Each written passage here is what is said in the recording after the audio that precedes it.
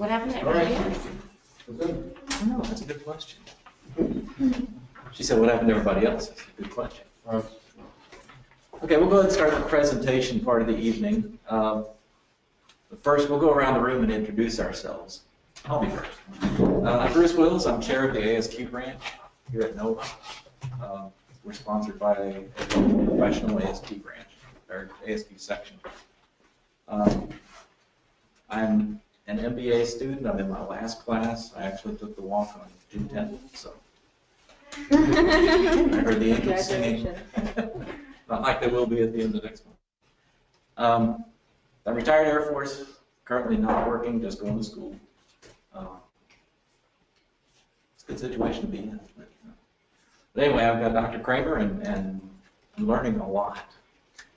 And if you're just getting into the MBA program, or you're thinking about the MBA program, check out the PI, process improvement, concentration. It may be the ticket for you. So we'll start over here. Okay. You don't have to stand up. Just Don't stand up, you said? you don't have to. Oh, okay, that's fine. I'm Sarah. I'm a bio major here at NOVA. I'm a third-year student. And I came here because I want to help with my resume. I'm planning on going to med school and maybe being an OB/GYN. Hi, my name is Maneen. I am a bio major. I'm going to be a senior starting next semester. I plan on applying for an MBA program next year, and I hope to learn more about it. Hi, I kind of lost my voice. I'm Paulette Herron. I am in the MBA program, Process Improvement. I am the secretary for the ASQ student branch, and I have 3 more classes. I'm Khadija. I just graduated in May with my bachelor's in biology, and I'm applying to dental school this month. Hi, my name is Wei Ling. I'm a student doing MBA here in NSU, and this is my last semester, so I'm graduating very soon as well. My concentration is global management, so it's like management in the more globalized scale. And I'm the president of the student organization, Strategic Forum Student Group on campus in the business school. And currently I work for Citrix at procurement department. So that's why I'm here for the process improvement, because it has everything to do with the department and my job functions. Hi everyone, my name is Yingji Chen, and I'm currently a software engineer working in Citrix Systems. And I've been there for 8 years. My daily job involves automated testing process using whatever programming language that we decide to use. So, and I'm also thinking maybe starting MBA program either next year or the year afterwards, but I need to get my GMAT exam first. Yeah. Okay. Well, my name is Quincy. I'm investment banking. I'm just taking an estate planning class. All right. Yeah. My name is Ashley Pereira. I'm Eddie's husband. I work at Mastec. I'm a manager in our FP&A, which is financial planning and analysis. Okay. So I never ended the pictures. So I'm Dr. Steve Kramer, and I run the process improvement concentration. Like Bruce said, ASQ, for those of you who don't know, is the American Society for Quality. And they're the ones that we align some of our competencies up with, because they certify, they're third-party certification, we don't self-certify. So that between ASQ and PMI, the Project Management Institute, that certifies project managers around the world. ASQ certifies process improvement individuals around the world. And it's one of the, I guess, one of the highest, most recognized ones. So, so we're doing that. So we, let's see. I don't know if we have our student on the line yet, but at least we'll be recording this. So we have, just so you know, we generally try and have monthly events, and they're open to all students. So you can tell your friends look for our, you'll have little placards out there, but we encourage you to come. So we welcome you tonight, and we hope you enjoy it. And we certainly appreciate Debbie for coming and spending so much work with her, with getting everything done. So we look forward to it. With my husband's help. My assistant. Okay. With that, I'll introduce Debbie. I'm going to go sit down. My name is Evie Marie Pereira. I recently joined the world of recruiting for accounting and finance. I've been in accounting and finance for 15 years. And in March, I was asked to join a recruiting firm to assist hiring managers, as I have been in the past, and assist candidates to align both parties together. And it's been a wonderful experience. I think it's the best move I've ever made. I sat down with all of you individually, and I think that was the best time I've had in a few months. Sorry, actually. But it was fun. I like teaching, and I like seeing the results and improving others. I wish somebody would have done that to me. So I was asked by Dr. Kramer to come in here, and I was very, very humbled by it. And I'm here to teach you on resume writing, which is, nobody likes writing their resume. I don't even like writing my resume. I hate it. But, so it blacked out. Bruce, how do I do this? I'll just press the right button. There you go. Okay, so resume writing, open the door to opportunities. Probably not that I'm gonna go off the PowerPoint, but it's a good tool for you guys to use for the future and whatnot after we spoke, everything. So you have your resume. So for every job you're applying to, you have to tailor your resume for the purpose of that job. All the volunteer work, this and that. If you're applying for a job that's heavily into volunteer work, political work, keep those attributes in your resume. If it's for something else, then take it out and put other strengths that you have in your resume. Organization, presentation that we've all spoken about.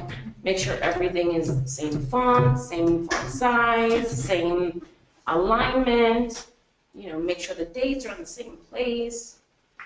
Technology and its impact on your resume. We'll talk about that. And cover letter. Cover letters, I'm iffy about. Cover letters, I only think are important if you're going to apply online to a job via a portal. Otherwise, cover letters I don't really think are important. But if you're going online and applying, let's say University of Miami has a position of technology supervisor, you want to add a cover letter because it shows that you're putting effort into the application. Your resume will get you in the door. That's the only thing that will get you in the door. As I told you guys tonight, I take a few seconds to look at the resume. Too much, I move it out. It's the most important document you'll own because it is a mirror of yourself. And I say employers spend less than 60 seconds reading the resume, but as you guys have seen, I spent less than 15 seconds looking at it, and there are certain things that, all right, I'm done, move on. Focus on the employer's needs, not yours. When you do your, and I'll go into it later, when you do your objective and summary, don't say to obtain, just say what you could do to improve that company's, to fill that role and improve the company's profitability or proficiency, whatnot. So focus on what they need, not what you want. And it's not an application, it's an opportunity. So as we spoke about earlier tonight, so there's 4 things. The heading, which is your name, your home address, I probably wouldn't put on there because too much information. So maybe your name, your email address, your phone number. I would not suggest putting your home address on there because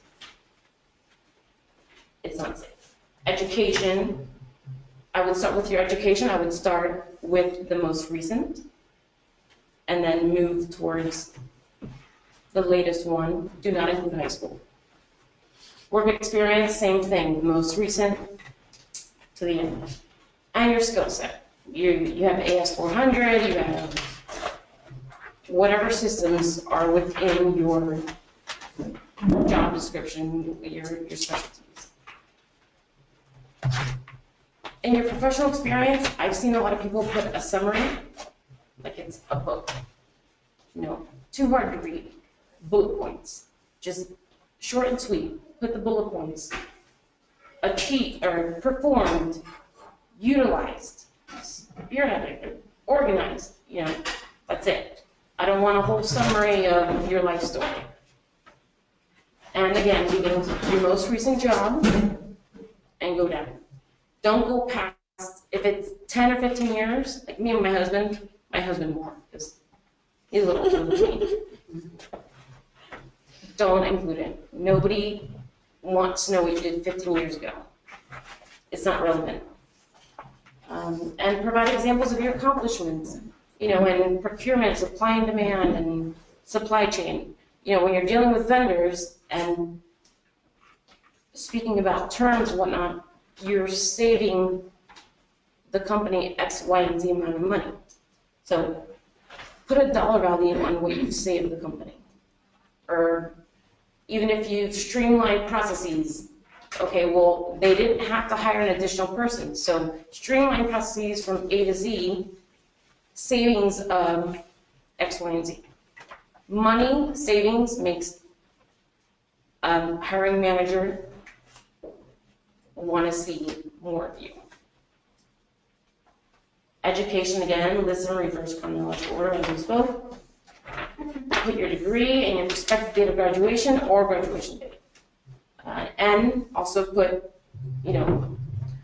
let's say, bachelor's in finance with concentration in supply chain management. Skills include your software experience, CRM, Excel, Visual Basics, AS400, SAP, and then below, your language falls into the skills. So, fluent in English, French, and Spanish, whatnot. Achievements, and I know a lot of you guys have put the achievements in the job description. I would take or within the awards you've gotten or within your education, take out the achievements of your education, job description, whatnot, and make it highlight under achievements and awards so it stands out, so it doesn't get buried into the other subcategories. Professional affiliations, ASQ, which is the best affiliation to be a part of. And if possible, keep it to 1 page. If not, 2 pages, but do not make it more than 2 pages, because you guys are way too young to have more than 2 pages in a resume. And this one is just, these are words. These days, when you upload your resume online, there's a program now that they parse the resume. They parse the resume and they pick up keywords. So let's say you're applying to Nova University for a job. You uploaded your resume, and if you don't have those keywords in there that pertain to the job you're applying for, you're not going to even be captured by the system. So make sure you look at the job description and put in those keywords that are going to grab your resume. For supply chain, procurement, cost improvement, increase, improve, reduce, say it. That's going to pick up your resume. Manage 12 employee supply chain team. Increase supply chain productivity, on and on and on. It's just keywords that you need to put in your resume for the job that you're applying for, especially when you're applying online, because it will get picked up within the system.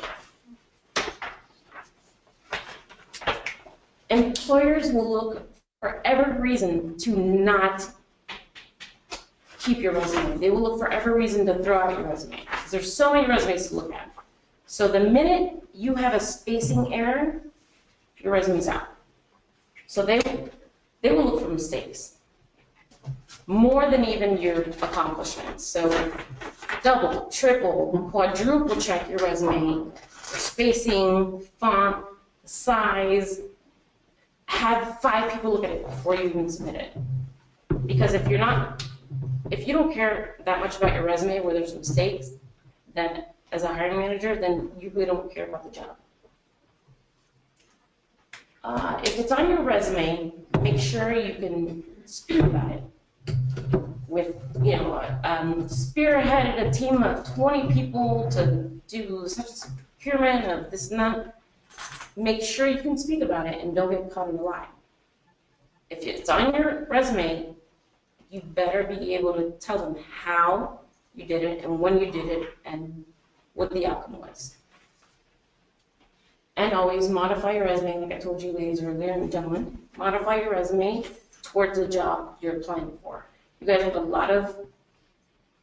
Would you include, let's say, school projects? Because some of the students may or may not have a lot of work experience, but relative to what they've done or accomplished, is it reasonable to cite some of the projects they may have worked on within a class at school, you think? Absolutely. Absolutely. Especially if they haven't had work experience, that's vital to their resume. That's what you're speaking about, modify your resume for the job you're applying for. You guys have resumes you guys have amazing resumes. I don't know where you guys come from, who's breeding you, but you guys are extremely intelligent, have many talents, but you need to shorten it, make it sweet to the job you're applying for.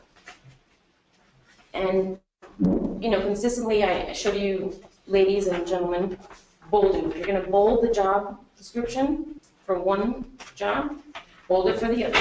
You're going to bold the date, bold it again. Just be consistent. Formatting consistency is everything. And here's the fun part. So LinkedIn, I never knew this, but your LinkedIn profile should mirror exactly what your resume is today. If it doesn't, go home, fix it, and make it mirror that. I never knew that everybody looked at LinkedIn so much, but if on your resume it says X, Y, and Z, and LinkedIn says A, B, and C, I'm not going to spend more time with you because you're not taking the time to mirror your images. This is your professional arena. Do not post anything personal on LinkedIn at all. Don't add people that are not part of the professional circle or add people that are going to embarrass you at some point. The arena of global media and the internet is immense, and it can really hurt you, so you have to be very careful. Online job applications we spoke about, resume parser, make sure the words are being captured to mirror the job description. Dangerous social media. If you have a Facebook account, if you have Instagram, if you have anything, if you Google yourself and you find something, take it down, because I will tell you they will find it. Do not post comments on social media. Do not post pictures, bikini pictures, pictures of this and that. Do not post it if you don't want your mother to see it. Because every employer now looks at it. And we Googled all of you guys. And it comes up. So be careful what you do. I can't stress it enough because it's a very dangerous society right now. So no bikini pictures. You either.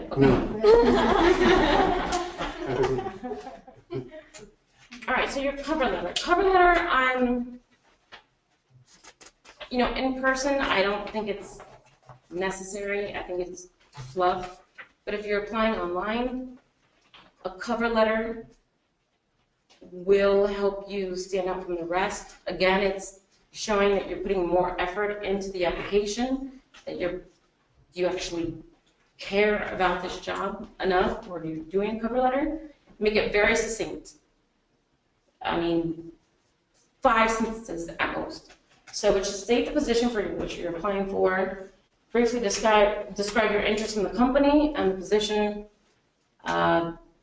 within one sentence. What interests you about the position? and what skill set you have that will help them in this position that you're applying for. Highlight a few selling points from your resume, maybe like one or two. Don't copy and paste your bullet points, but just highlight from your resume how you can add value to the company. And at the end, thank the reader for their consideration and encourage a response, as in, I look forward to hearing from you. Do not make it more than 5 sentences because nobody's going to read it. But a cover letter with online submissions lets them know that you're actually caring about it, putting the effort in. In person, when you use a recruiter, I'm not a big advocate of cover letters because they're not going to read them. Thank you letters. My husband didn't want me to add this, but I needed to add this. Because at the end of the day, thank you letters, we're not talking about interviews, but when you do an interview, make sure to send a thank you letter within 24 hours of your interview. Make sure you tell them specifically, you send thank you letters individually to each person you met. And don't copy and paste the same thank you letter to fulanito and send it to fulanito. Make it different. Change a few words around, move the paragraphs around so they feel important. It's all about perception. Thank them for their time. Speak about the position briefly. Just thank you for your consideration and meeting me for the position of FP&A manager. The company seems in line with my expectations. I feel my skill set can bring X, Y, and Z, and don't be overly confident, but also tell them what you can bring to the table and why you like that company and how your skill set and the company can align and become one. And conclude with thanking them again and reiterate your interest and keep it simple. Just like the cover letter. Quick, in and out. Quick and simple. Just get it done. And that's it. And that means questions. Quick question. Yes. For the resume to be one page, like one page, like you said one page? Yeah. One page. So how can you fit everything within one page if you have like 5 or 7 years working experience? Well, what's Like all double-sided one page? No, then you go to 2 pages. But there's a lot of stuff when you look at, if you take a look at your resume, there's a lot of stuff that doesn't pertain. Like I told you earlier, what do you want to do when you grow up? You've done it all. So it all depends on what job you're applying for. Okay. Because you could easily make that 1 page. So is that okay? Like If it's, my resume is 3 pages, I think. I don't even know. 2 or 3 pages. But now that I've become a recruiter and I've been on the other side, I can see that there's certain accomplishments that I've done that don't pertain to certain jobs that I've applied for. And you want to keep it short and succinct because they're looking at resumes over and over again. So if it's a 4-page resume, they're not going to take a look at it at all. So you want to make sure that you can, within 1 or 2 pages, put your key points in there, take out the fluff, and make sure that they're interested in what you're presenting on paper within 1 and 2 pages, that it's grabbing their attention. And I remember once upon a time hearing people say you should use the STAR approach for your bullets. It's what, situation, task, action, and result, or something like that? Because it encapsulates what you do. In other words, you say, I improve productivity, but you don't put it into some context. But if you're able to kind of wrap every bullet in a contextual setting with what I did, what the outcomes were, what was actually in front of me. Have you heard that acronym before? I haven't heard STAR, but I've heard Is it STAR? what, why, impact. Okay. I heard STAR before. Yeah, is it situation, task, action, and result, or something like that? I don't remember if that's the correct. I think that's it. But I remember when I had reviewed resumes before, I was given that kind of a rubric to say, so people could actually understand what, the context of what you're doing. I don't know if that, and it still can be short. It just means make sure those things are in there. I don't know if you- Absolutely, you don't want the employer to have to decipher what you do. When they read your resume, they don't want to try to figure out what did they do in this position. So exactly what it's called STAR, and it stands for? I think it's situation, task, action, and result. But I could be slightly off on it, but you can just Google it and find it. But it was like, That's a good resume 101 20 years It's a ago. very good point.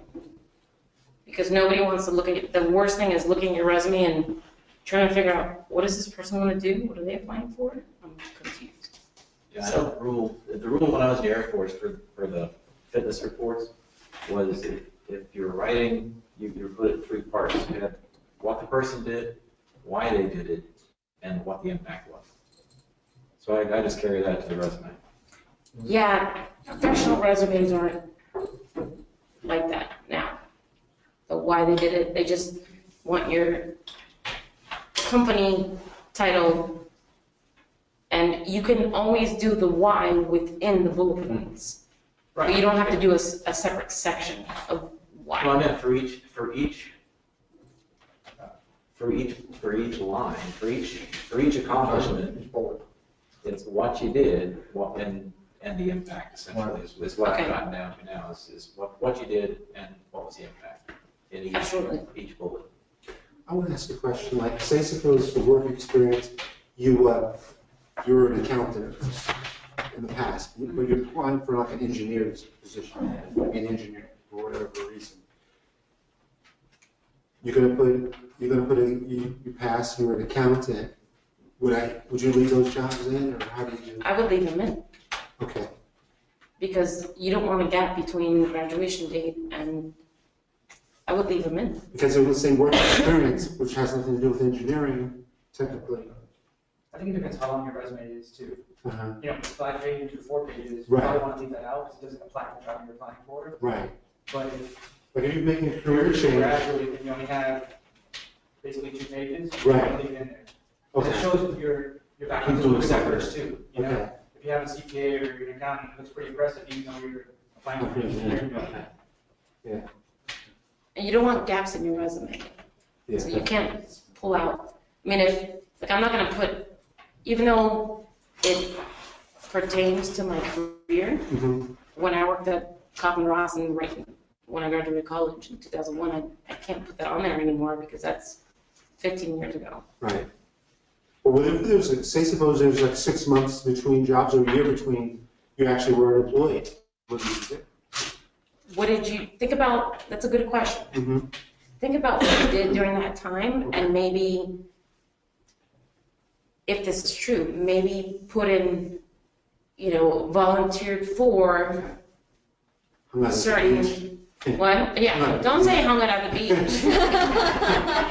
Picked up some ladies. Right. No. But within that time, you were doing something. Yeah.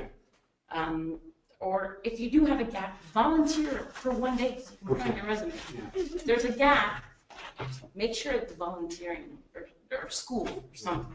But you don't want to explain a gap in your resume. That doesn't look good at all. No. No. A lot of people are going through that right now. Yeah. And as long as you can speak on it, Mm-hmm. and as long as if your recruiter can speak on it on your behalf and say, he wasn't just at the beach checking out chicks, Right.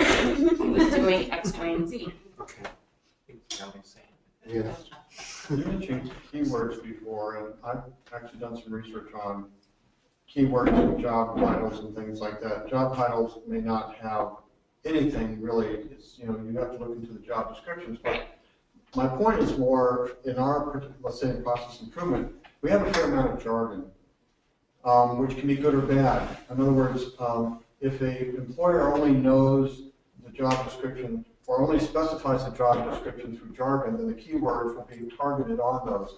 So in other words, if you say process improvement know it's a Six Sigma, and it may miss you. So I don't know if you have any comments, but my impression would be have a healthy mix of both generic words as well as jargon-specific words, because you may not know how the engine is that's looking at your resume. Does that make sense? Absolutely. There's one slide that I have, and I briefly went through it, but it's in your pamphlets, the keywords and accomplishments.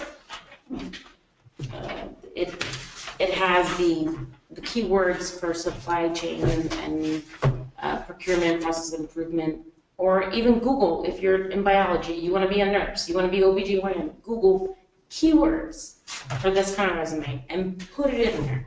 Because there's a lot of things that you've done that you don't even think about and you don't have it in your resume. And you want those keywords to come up. Like Dr. Kramer said, it'll help you stand out. As a hiring manager myself, if I didn't see certain keywords, resume gone. Then probably would have been the best candidate, but I didn't have time. So you just want to capture them within 10, 15 seconds. Okay. I just have another quick question. Ladies first. I've been in the same role for 10 years, same company for 15 years. So do I list the jobs that I had prior to the 10 years? Because prior to the 10 years, I was supervising staff. Now I'm no longer in the direct supervisor role. I'm managing a program. In your situation, I would. Okay. What I would do in your situation is put the company, and then let's say, so it was 2000, you said 10 years, 2006 to 2016, in bold. And then put, let's say, each title, and then the years that you were in that position below that. Okay. And in your situation, yes, I would add the previous years that show that you were supervising and managing a team. Okay. Because when you're in a company for so long, that it's very good. It's good tenure. It makes an employer look highly upon you and your stability and your accomplishments, whatnot. But it does not hurt to add the additional years where you were supervising and managing teams. Okay. It's all relative. You know, when you guys are 20 years old, you don't need 4-page resumes. You can make it simple in 1 page. But you have way too many accomplishments and way too many volunteering awards. Yeah, Google, you mentioned it before. Sometimes it's hard to take that stuff down. Is it like a... Well, what did you do that? Well, I don't have anything crazy on there. But there was something with Google. Should I Google you tonight and see what You can Google it. It's nothing crazy. But I switched jobs at one time, and I don't know how it even gets on Google. It was on LinkedIn, and somehow it gets on Google that I worked there. But when I switched jobs, I took it off of LinkedIn, but it stayed on Google. I don't know how. As long as it's not you running around. It's not crazy, but I don't know how to get it off. But imagine if. But the reason, what made me think of it, what if it was something crazy? Well, then you should have done it to begin with. Right. So, is there a way to take that down? Call Is there a way to Google. take that down? No, it's there. It's cemented in cyberspace. That's why you do not Yeah, that's do right. anything. You're taking pictures, you're Well, I'm posting glad I things did. that you do not want your mother to see. Right. But I just wanted to change the job, previous job. It'll disappear. No, As long as there's no, and I think you're talking about something else that you don't want to talk about. no, not right now. Everything's fine. So my friend. Okay, I've got a couple of questions. Talk about targeting the resume to each job. I'm with you. But I've got several avenues I could go down. Okay, now I'm in PI, I'm looking for process improvement opportunities, but I'm also an intelligence analyst, and I could go that route as well. Not business intelligence, but sort of Right, I got spooky it. stuff. I got it. So what do I put on LinkedIn? Have a few different versions of your resume. Well, I do, but LinkedIn doesn't really allow me that. Oh, yeah. Ooh. No. Well, on LinkedIn, you can't do two things at one time unless you are. That's true, but What are you passionate about? What do you want to do when you grow up? when I look for jobs, I look in both areas. What do you want to do when you grow up? Who wants to grow up? You're right. That's not my plan. But, Put on LinkedIn what you're most passionate about. I think in your case, on LinkedIn, you put everything. And then once you apply to a specific job, you tailor your resume to that specific job. Whether you want to do intelligence or process improvement. the resume that I submit. Right. Yeah, that I always did. But the But I'm looking at LinkedIn, LinkedIn, I'm like, what do I do? The LinkedIn is exactly chronologically. Right, it's going to be hard. yeah. But I think what he's asking is he did stuff simultaneously. Right? I had a whole nother career. You have a whole nother life, I know. Like, I would gladly go back to it. It's just that there aren't the opportunities in this area. So that's why I went for the MBA. But if an opportunity popped up, okay, if somebody needed an Intel analyst, like Ashley said, I'd put all that information on LinkedIn. Because you're unique, right? You go two different routes right. based on your skill set. And on That's LinkedIn, opportunities around there for you. on LinkedIn as a recruiter, we do searches. It's called like Boolean search, but we do keywords, like the resume parsing. So I'll put in staff accountant, and then I'll put in certain things, Hyperion or Black Hawk Down, and I'll find Bruce on Black Hawk Down. Maybe not. But you put keywords in and it grabs it from your LinkedIn profile. It's only 5 at once. So your LinkedIn profile is extremely important. What are the keywords you guys use for different positions, and how do you generate those keywords? I have no idea. I just So you just no, give it. well, if I get a job description and they tell me they want public accounting experience, 2 or 3 years, so I'll put experience 2 to 3 years.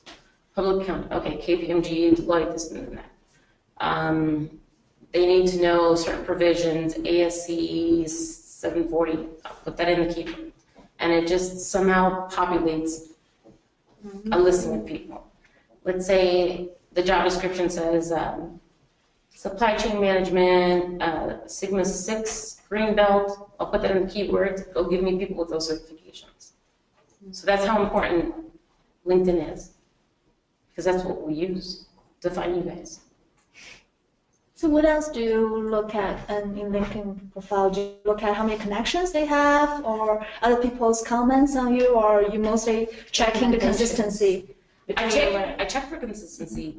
I don't really care about the comments as long as they're not bad. Your connections, you know, if I see you have a certain skill set and I reach out to you, you don't respond to me, then I'll look to see the people that are similar to you, to your skill set, because it's somebody I'm looking for. And the main thing is consistency. If your connections doesn't matter, but if I see you have 2 connections on LinkedIn, I know for sure you're not going to answer to me because you never checked your LinkedIn. And if you have 5,000, that means you're probably connecting with anybody that has. This is true. So do you, if you have actually like a mutual connection with the person, the candidate, do you reach out to Yes. that connection? Yes, to I do. check out?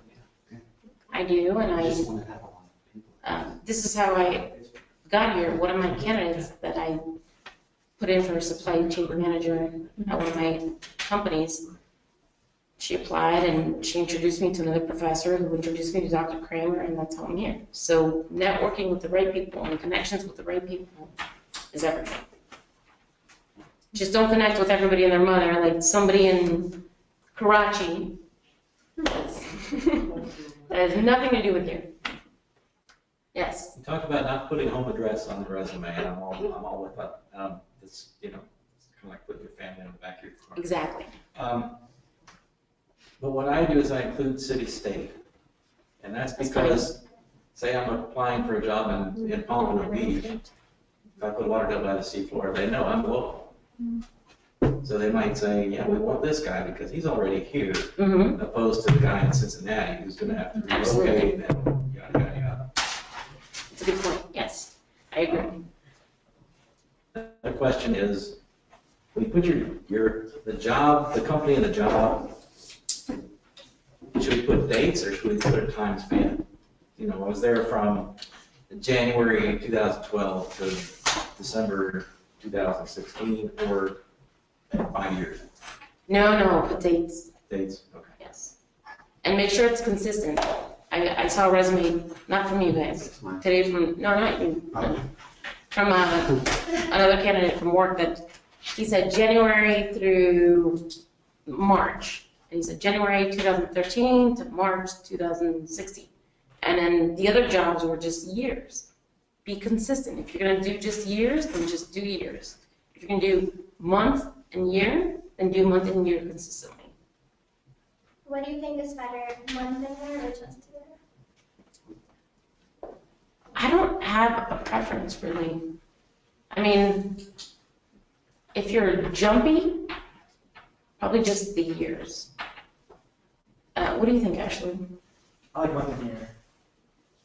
You know, as an employer, looking at resumes. Month and year, let's say I started a job in November of 2011, and then I got fired in February 2012. I could easily hide it by saying 2011, 2012. They don't know. So it all depends. You know, situations happen where your term at the employer is cut short.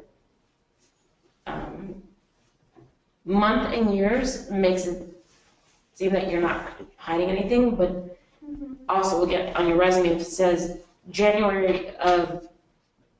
November of 2011 to November of 2011 to January of 2012, that looks bad. I would switch to years. So it all depends. I think one case where it's acceptable to use years is, say you've been working for 15 years and you've been at 3 jobs, then maybe you can use years. You know, but if you're going to work for 5 years and you have 5 different jobs, you probably want to use month and year. As a general rule. That's not right. That's not what I said. You get it, right? We disagree on something. Do they still do references? Yes. References? Yes, they do. Okay. They do reference check. They do background checks. It depends. A lot of these companies, they do background checks, honestly, because of workers' comp. They get a cheaper rate on workers' comp. I know because I was a controller of companies before, and we did it. So make sure your references are in line. Make sure you call them beforehand and give them a heads up. If you're iffy about what somebody's going to say about you, do not put them as a reference. Yes? Isn't a lot of people put references available upon request? Is that, I would take that off. they put them down? And I wouldn't put references on a resume because you're No, not at all. somebody, No. you're exposing somebody that I would you just, don't know who's looking at. some companies don't do it because they don't want to waste their time. It's their time. The references available upon request, I always take it off because And nowadays, most employers don't even call references. No. No. And if you're putting someone down as a reference, you know they're going to say good things about that person. Right, So why that's would- right. Yeah. you'd be shocked. Some candidates put references down and it's, why do you even put that person down? So just leave out the references available upon request. Take it out. Do employers actually call Oh, yeah. previous employees to verify a job Oh, history? yeah, I've done it. Yeah, Okay, call. so it's very important that you keep very honest Yeah, on your it's- resume. you, for I'm everyone. telling you, like I said earlier, if you cannot speak upon your resume and be honest, then take it out. Because the worst thing is to be caught in a lie, even if it's a little lie. The minute your integrity is thrown out the door, they're not going to hire you. So in regards to shorten the resume into one page, let's say if you want to keep the timeline intact, and then you just have so many things, but you still have experience irrelevant to the position you're applying for. How many bullet points do you suggest to have just to put on those irrelevant experience? You can put it towards the end as like additional skills or additional accomplishments and just say the one bullet point, just put the one-liner and not the description underneath accomplishments or your experience. Do you understand what I'm saying? We don't put So let me see your resume. Yeah, because I have 4 jobs in 5 years, and then like now I'm doing procurement, and the other 3 jobs like sales are just not relevant anymore. Sales is relevant with procurement, isn't it? Procurement. What's the question? She's asking if her sales experience is relevant to procurement. It could be. It is. It It's, certainly yeah. Negotiation Yeah. skills. Because you're familiar with the other side of the table. Yeah.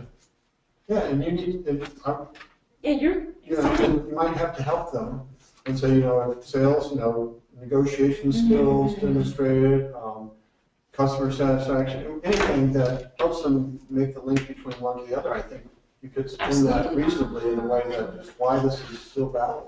What I would take out is, Huizenga School of Business and Entrepreneurship.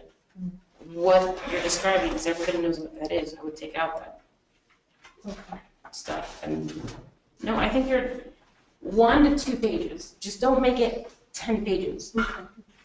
And no, absolutely keep your sales, because you know what? You graduated in a certain year. So I look at a resume. They graduated in 2011 from their undergrad. Okay.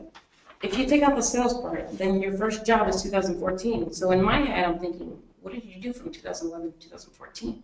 So you're making me think about what you did, the gap. So no, I would not take it out. Even if it was President of the United States, at least it's there. Thank you.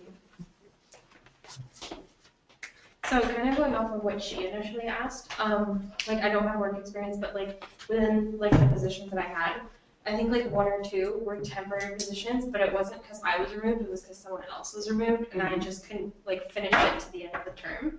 So would I put the date range for that, or would I just put the year of the position? Okay.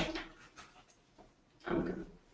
It was 2 positions in the leadership part that I just put the year in the resume so you couldn't tell, but they were actually temporary because someone else was removed or quit or something.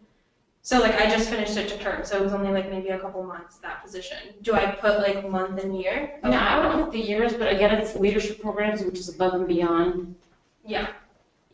Work experience. You're doing it on your own time. Mm-hmm. But if you're going to do that within your leadership experience, then you have to do that within your work experience once you get that work experience. But I don't think 3 months in a leadership program, you're giving yourself to a nonprofit organization. I don't think anybody's going to judge you on being there for 3 months. Depending on the program, I wouldn't think a date is even necessary. Okay. And another thing to do that off. I agree with that. Well, Do you guys want to come up here? Actually, in Bruce Willis, you want to come up here? I think that falls under leadership skills and some extracurricular project that you worked on. It's not really work experience, so you wouldn't put a date around it. Yes, And that's that's what I right. said. yeah, that's what it was. New perspective. If you want to talk to the recruiter that is an expert in this, and you listen to me. I appreciate your input, gentlemen, but no. So is it absolutely necessary to send thank you letter? Sometimes I did interview for other people before. If sometimes give me the impression that that person is desperate. And then my view is if that person is good, I will hire him or my team will hire him regardless of the thank you letter. But if he's unqualified, the thank you letter is not going to make any difference at all. So what's your take on Absolutely, that? always send a thank you letter. Always, always, always. I don't care if you bombed the interview. Uh-huh. You send a thank you letter. But how do you know all the email address for all the people who interviewed you? Sometimes it's kind of hard. There's a group Well, of everybody us. you interview with, you should ask for a business card, I see.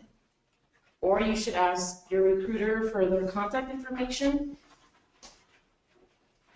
You have to get their contact information. You cannot interview and not send a thank you letter, even if it went horribly, catastrophically to crap. It's just respect. I see. Thank you. Well, it was fun, it was beneficial for Are you everybody. kicking me off stage? Your time is up. This is a gong show. Like, I gotta go home. Thank you very much. My We loved pleasure. it. We loved it, and here's a little token of our appreciation. Oh, thank Thank you. you. Thank you, guys. I had such a great time, guys. Thank you so much. You guys all have my business card, and I work down the street, so if you guys ever want to have lunch or... Yes. I think, did you give me your resume? I did not. It's okay, but